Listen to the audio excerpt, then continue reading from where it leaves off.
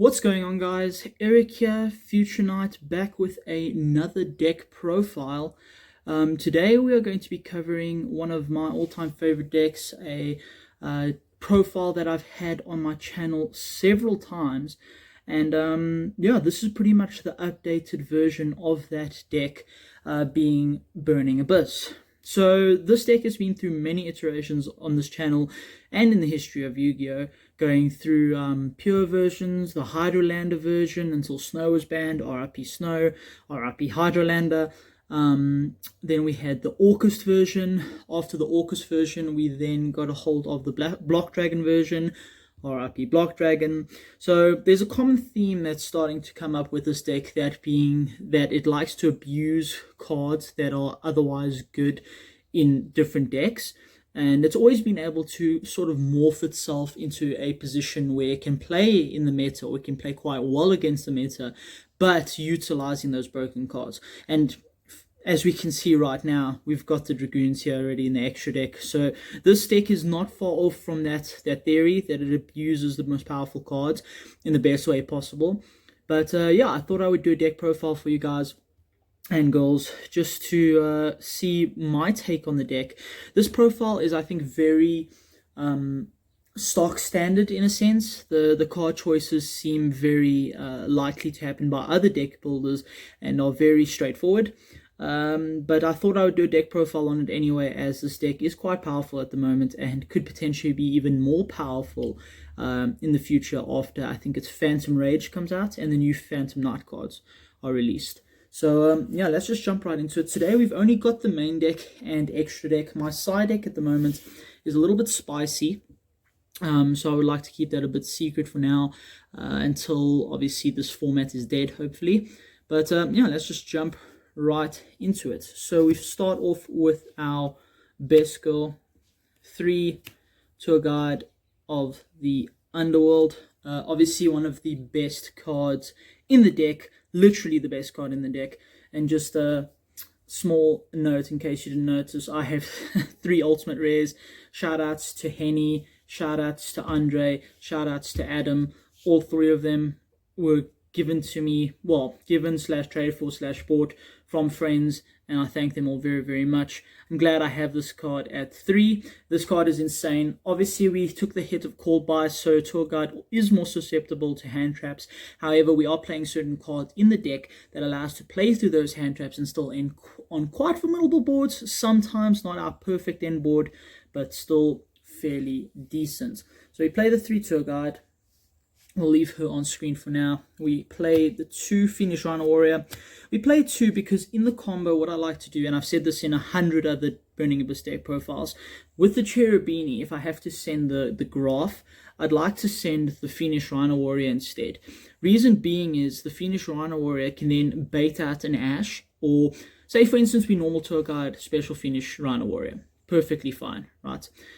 Only thing then is when we link the 2, the Rhino can then send the graph. If they Ash Rhino, that means we can still send the graph off of our Cherubini and still get that combo. Whereas if they let the Rhino go through and we get the graph, it becomes a bit iffy. So the Rhino just allows you to bait out and play through certain hand traps, and I like it at 2. Also, it's an additional normal summon with 1 level 3 extender. It achieves the same thing as the Tour Guide. But yeah, 2 is the perfect number. 3 I think is a bit bricky. Then the card that we send, other than the Burning Abyss cards, is our Edge Imp Sabers. This makes sense. This card is perfect for this deck. This deck does run, I believe it's, I would say 3.5 bricks, 3.5, 4 bricks in the deck. So just being able to put those bricks back and still resolve them is very important. Then we play the Burning Abyss lineup. We play the 2 Graph, 2 Sir, 1 Lubbock, and 1 Farfa. The Lubbock is just in case we draw the graph for the Sir and we have extended plays. Because we have 2 now, the Lubbock is less important, but I still feel like it's a very important card. Also, it can sometimes help us get out that Edge Imps if we draw it. The Farfa is just a piece of interaction if we do end on a Beatrice. There are certain boards that don't end on Beatrice. There are certain boards that can end on Beatrice. It's all up to interpretation and also what you're playing against, what you want to end on. But yeah, we still play the Farfa. Also, awesome piece of removal. for multiple different reasons. It's just a powerful card that we should keep playing. That is pretty much it for the Burning Abyss lineup. Very, very small lineup, but as we've seen going through the years, the Burning Abyss lineup becomes smaller and smaller and smaller. Then for our level 3 extenders, we are playing the 3 Kagemusha Knight. This card is absolutely insane. This is our new Call by the Grave. Normal summon tour guide, chain Kagemusha Knight, summon the Kagemusha Knight, get our tour guide search. If they don't have an Imperm or Effect Veiler, you go full combo and some. If they do have the Imperm or Effect Veiler, that's fine. It still means you have the 2 level 3s to go into Cherubini and then extend your plays. So Kagemusha Knight, very, very powerful. Have to play it in the deck, I think. People are playing this at 2, some people aren't playing this at all. I think it's very important just to be able to play through multiple disruptions. Also, if you draw it late game and you have a level 3 in your hand, which you most likely will, it's just another extender. So it just makes sense. Other level 3 extenders, we play this 2 Psychic Tracker and 2 Psychic Wielder. We've bumped these up to 2 and 2 now, especially, and the Emergency Teleport. We've bumped these up to 2, especially now because of the lack of dangers. We only have 1 of each of the level 3s, which hurts quite a bit. So I was thinking to myself, drawing multiples of these isn't even the worst case scenario. You can use it as an extender later in your play. You can use it as an extender. I do believe they can summon themselves. Oh no, they both say other than. Let me just quickly check. Yeah, they both say other than. So if you draw 2 of the same, it is a bit of a problem, but you can always just put it back with Edgems, shuffle it using your monster effects that, you know, retrieve things from the deck, shuffle it back in, have it for later. Seeing these in your hand is a lot more powerful, like I said, because if that tour guide does get hand trapped, you need those extenders. The only hand trap that hurts this deck, and I think the best hand trap of the format right now, is Gamma. Gamma just... If you Gamma the tour guide, you basically just pass. If you Gamma pretty much any normal summon in today's format, passing is the best option. So these guys allow us to play through hand traps. Gamma is a problem, but it is what it is. And yeah, I like these at 2. We then play the 1 of extenders. So we play the 1 Sea Archiver, the 1 Jackalope, the 1 Tsuchinoko, the 1 Nessie, not a level 3 extender, but still an extender. Further down the combo, you will need a bodies. It doesn't matter what level they are. So the Nessie is still useful. And then I am playing the Gizmek Orochi. Now, this is something that not a lot of people play. Obviously, it takes a lot of resources to resolve and use.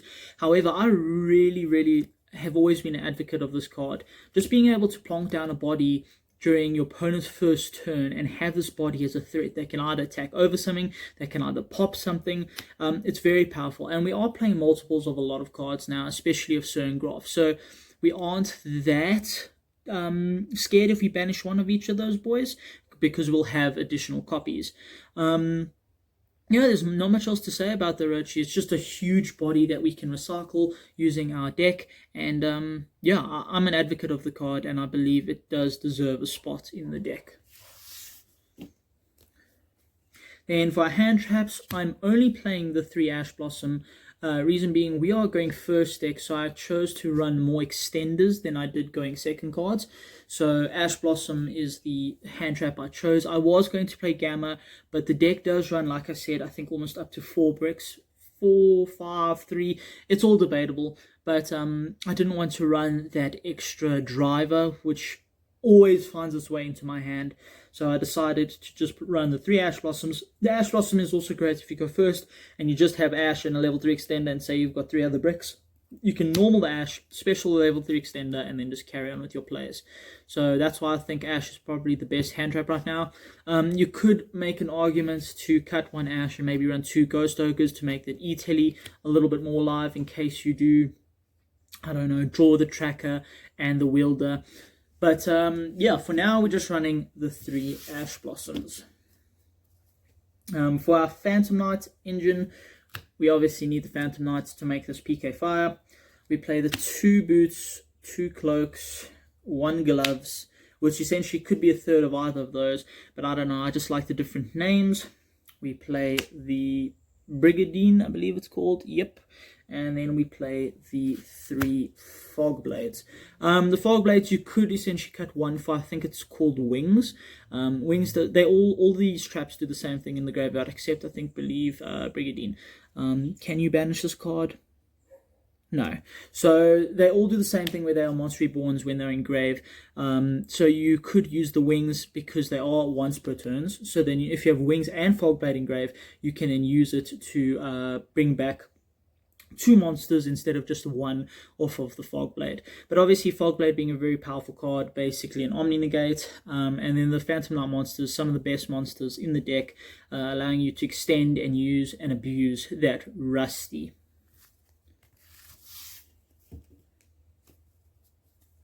Then for the last 4 cards, these are the bricks. We've got the Dragon Buster, we've got the Dark Magician, we've got the Red Eyes Black Dragon, and we've got the Red Eyes Fusion. So these are obviously the bricks of the deck. Drawing into these 2 isn't the worst. I think Union Carry can connect from the hand. Let me just make sure. Got monster from the hand or deck. So drawing into the Dragon Buster as well is not really a huge pick. That's why I kept on saying, is it 3, is it 4, is it 5? The 5th one I would say is definitely Gloves being the worst. But yeah, so these are bricks, but at the end of the day, all 3 of these can be used and resolved. This is the main brick. Drawing this sucks, but we have that Edge and Sabers to put it back. So that is quite useful. This has to unfortunately be played in this deck. It is a Dragoons Turbo deck, I would say, and until the card is banned or some part of the engine is banned, we will be playing it in this deck. Moving on to the extra deck, pretty self-explanatory. You play the 1 Dragoons. Blowout card against a lot of decks. A lot of back row decks cannot actually deal with this, such as Altergeist, where a lot of their things target. So yeah, very, very powerful card. And then we do play the Beatrice. Like I said, there are certain instances where you can make it. And we do play the Dante, which helps with the loops. We do not mull many, if any, of the Dante. Usually we can mull up to maybe 1, just to detach to get an effect from a BA monster or a graveyard effect monster, maybe like Sea Archiver. But yeah, for now we're just playing the 1 of each. And then we are playing the Phantom Knight Breaksword. He is just to get pretty much, I think it's 3 points of removal, where you summon him below Rusty's effect then pops. He can then pop himself, pop another card, and then if you have 2 Phantom Knights in grave, you can summon them back. So you just get huge amounts of bodies, huge amounts of advantage in that game state. For our Link 4s, we play the Appaloosa. There is an anti-Nibiru combo in the deck where if they do not Nibiru you just before you go into the Appaloosa, or if they do Nibiru you just before you go into the Appaloosa, it doesn't matter. You can still go full combo. And then obviously after the Appaloosa, if they Nibiru you, it doesn't really matter. We play the Borrelsword and we play the Mech Knight Avramax. Borrelsword is our OTK machine. I do not like Access Kotorka at all. I feel like Access Kotorka has place in 1 deck and 1 deck only, and that is Salamangreats.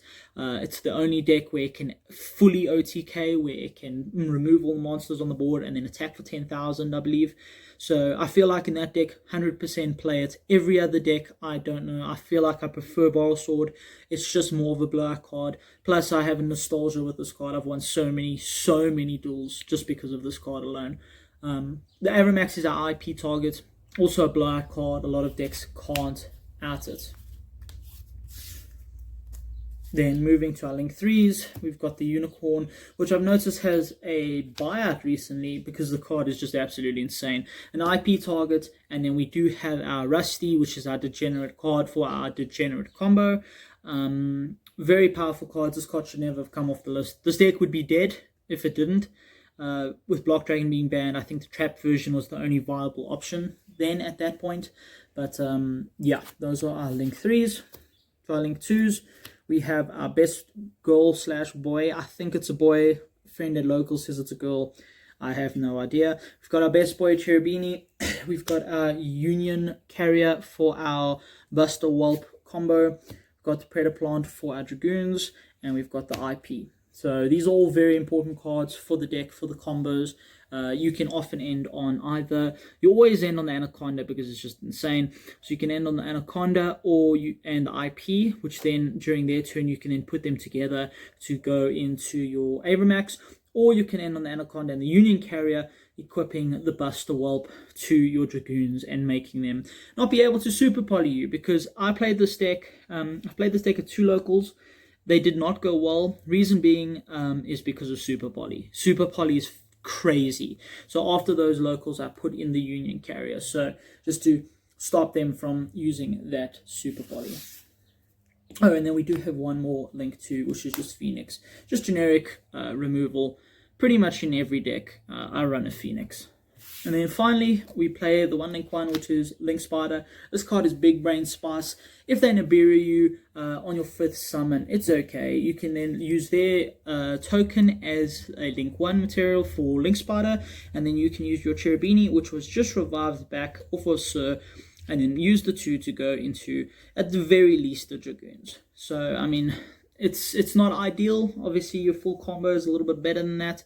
The full combo being off of just Tour Guide, you can end up with Dragoons, the Anaconda still on board, either the IP or the Union Carrier and 1 Fogblade and Rusty. With Tour Guide and 1 Extender, you then end on 2 Fogblade, and then Tour Guide and 2 Extenders, you can end on something insane. It's Dragoons, Beatrice, the Union Carrier / IP, Anaconda, Rusty, and 2 Fogblades.